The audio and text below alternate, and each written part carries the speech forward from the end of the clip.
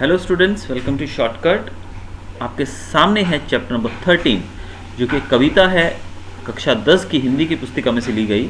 कविता का नाम है साधुपदेश। अब यहाँ पर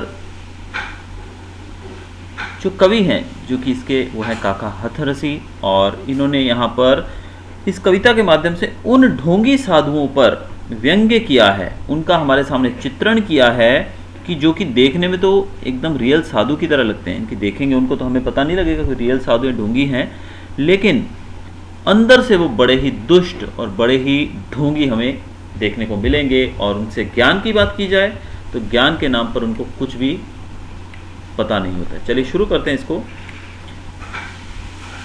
आइए प्रिय भक्तगण, उपदेश कुछ सुन लीजिए। पढ़ चुके हैं बहुत पोथी, आज कुछ गुण लीजिए।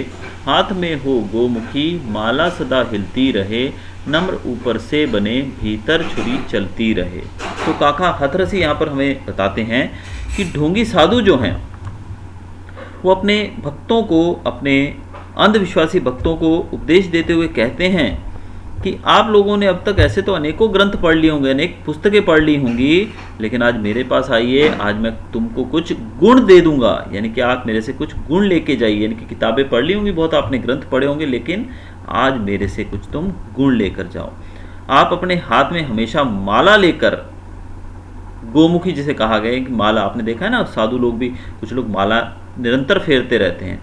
आप भी वैसी एक माला लेकर उसे निरंतर फेरते रहिए, ताकि लोगों को लगे कि आप जाप कर रहे हैं। क्या कर रहे हैं? जाप कर रहे हैं, भगवान का नाम ले रहे हैं। इसके अलावा आप ऊपर से इस प्रकार से दिखाइए कि आप बहुत ही विनम्र हैं, आप बहुत ही नम्र हृदय वाले हैं, आपका स्वभाव बहुत ही नम्र है, लेकिन अंदर आपके क्या हो, भीतर छुरी चलती रहे। यानी कि आपके भीतर छुरी चलती रहे, यानी कि छल कपट भरा रहे, भीतर आपके वही बुरी चीज़ें जो हैं वही भटकती रहें आपके अंदर। तो इस तरीके से जो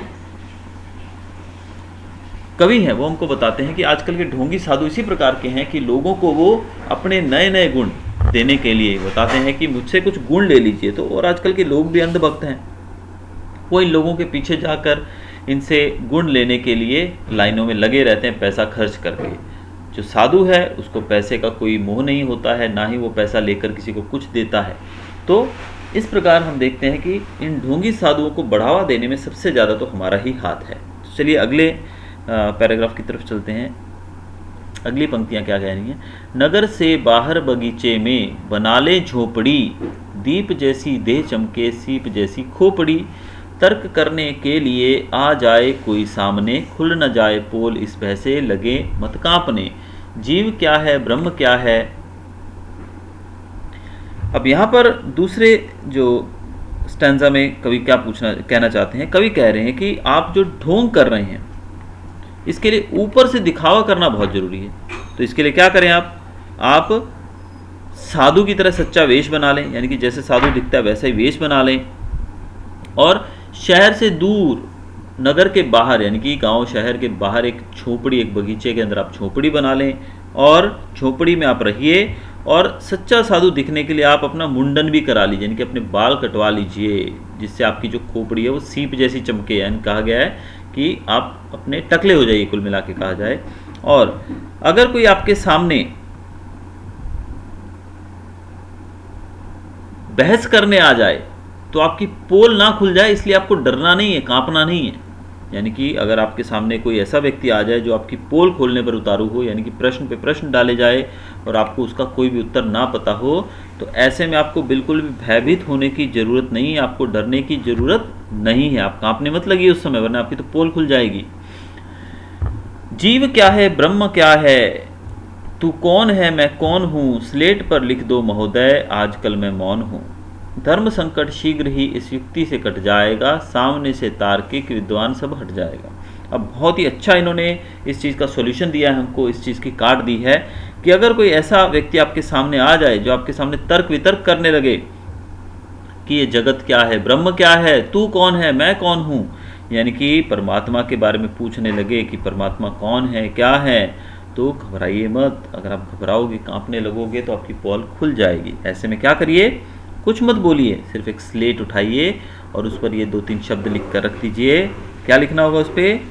कि आपका मौन व्रत चल रहा है कि मैं अभी मौन व्रत पर हूँ, इसलिए आप अभी तर्क वितर्क नहीं कर सकते हैं। तो इस उपाय से आपका जो ये धर्म संकट जो है ये कट जाएगा जल्द ही, और वो व्यक्ति जो है जो तर्क करना चाहता है आपसे वो वहाँ से दबे पांव निकल लेगा। तो आप बच गए, आपकी पोल नहीं खुली। आगे देखिए, किए जा निष्काम सेवा सब फल इच्छा छोड़कर, याद फल की जब सताए खा पपीता तोड़कर। स्वर्ग का झगड़ा क्या भय भी नरक का छोड़ दे, पाप घट पर जाए तो काशी पहुंचकर फोड़ दे। आगे क्या कह रहे हैं कि आप जो हैं बिना किसी कामना यानी कि बिना किसी स्वार्थ किसी इच्छा के सेवा करते रहिए, और फल की परवाह तो आप बिल्कुल मत करिए, फल इच्छा छोड़कर, यानी कि फल की परवाह मत करिए। लेकिन अगर यदि फल खाने की कभी याद आए, कभी मन करे फल खाने का, तो बगीचे में जाइए और जो कुछ भी आपके हाथ में आए उसको आप झपट कर खा लीजिए। यानी कि जो भी आपके पास आए, आपके सामने आए, चुपचाप उसे निपटा दीजिए। और स्वर्ग प्राप्ति यानी कि स्वर्ग की तरफ बात करें या नरक की बात करें, इन सब चीज़ों से तो डरना छोड़ दीजिए।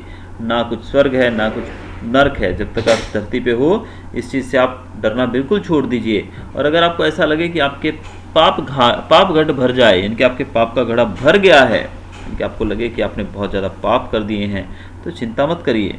पाप धोने का भी हमारे पास साधन है, क्या? काशी। आप काशी चले जाइए, काशी जाकर संगम में डुबकी लगाइए और आपके सारे जो पाप हैं वो धुल जाएंगे।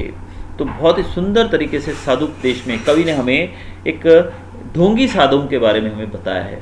और आजकल के जो ज़्यादातर साधु हमारे सामने आते हैं ढोंगी ही रहते हैं, और मैं तो कहूँगा इन लोगों के चंगुल में फंसने में इसमें इनका कोई दोष नहीं है। ये हम लोग बेवकूफ़ बनते हैं और ये हमें बेवकूफ़ बनाते हैं।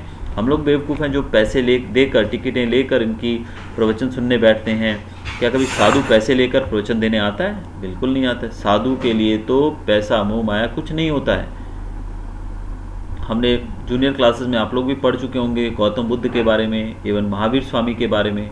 महावीर स्वामी तो जब वो अपने घर से निकले तो एवं अपने तन से उन्होंने एक एक कपड़ा भी दान कर दिया।